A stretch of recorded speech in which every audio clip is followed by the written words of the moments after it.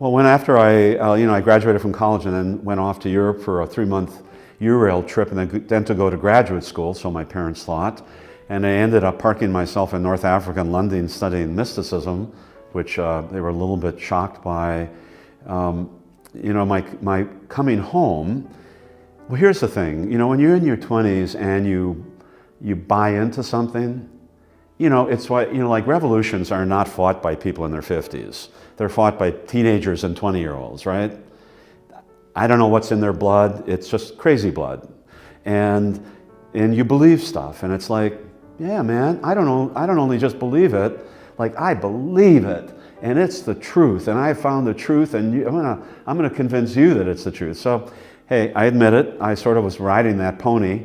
But I was thinking, but boy, this is like, I don't know if I signed up for all this that's happening to me, and I kind of miss Wisconsin, and and I was following all the rules that all good Muslims follow, but I'm thinking, oh man, I sure miss like hamburgers or, drinking alcohol, or, I love God, but I like women and I like drinking, but this is a segue. What I love about Leonard Cohen. Leonard Cohen created a record label. It was called Bad Monk Records. And they said, well, Leonard, why do you call it Bad Monk Records? He said, well, I sure love God, but I love women, I love drinking, and I love dancing. So I must be a bad monk. So I guess I realized on some level that I was a bad Sufi monk.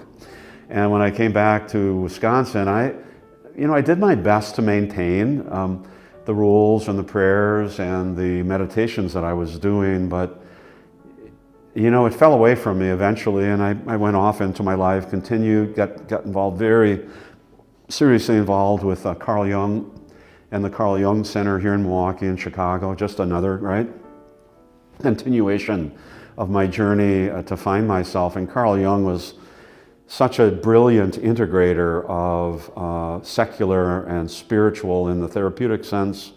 And then I found Joseph Campbell, brilliant, who sort of coined the follow your bliss thing. I mean, he coined so many other things, but all of those have fallen by the side. But the idea that we, as Carl Jung felt, that we all share a collective unconscious.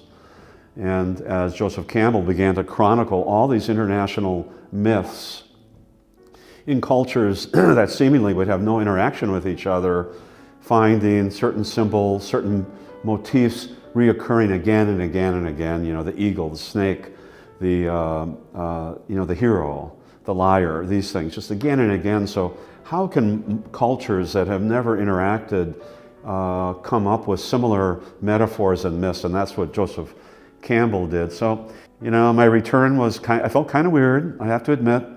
And I'm glad I'm back. I got all the stuff I'm supposed to be doing, but I don't want to be doing it. And so I guess I'm a dropout.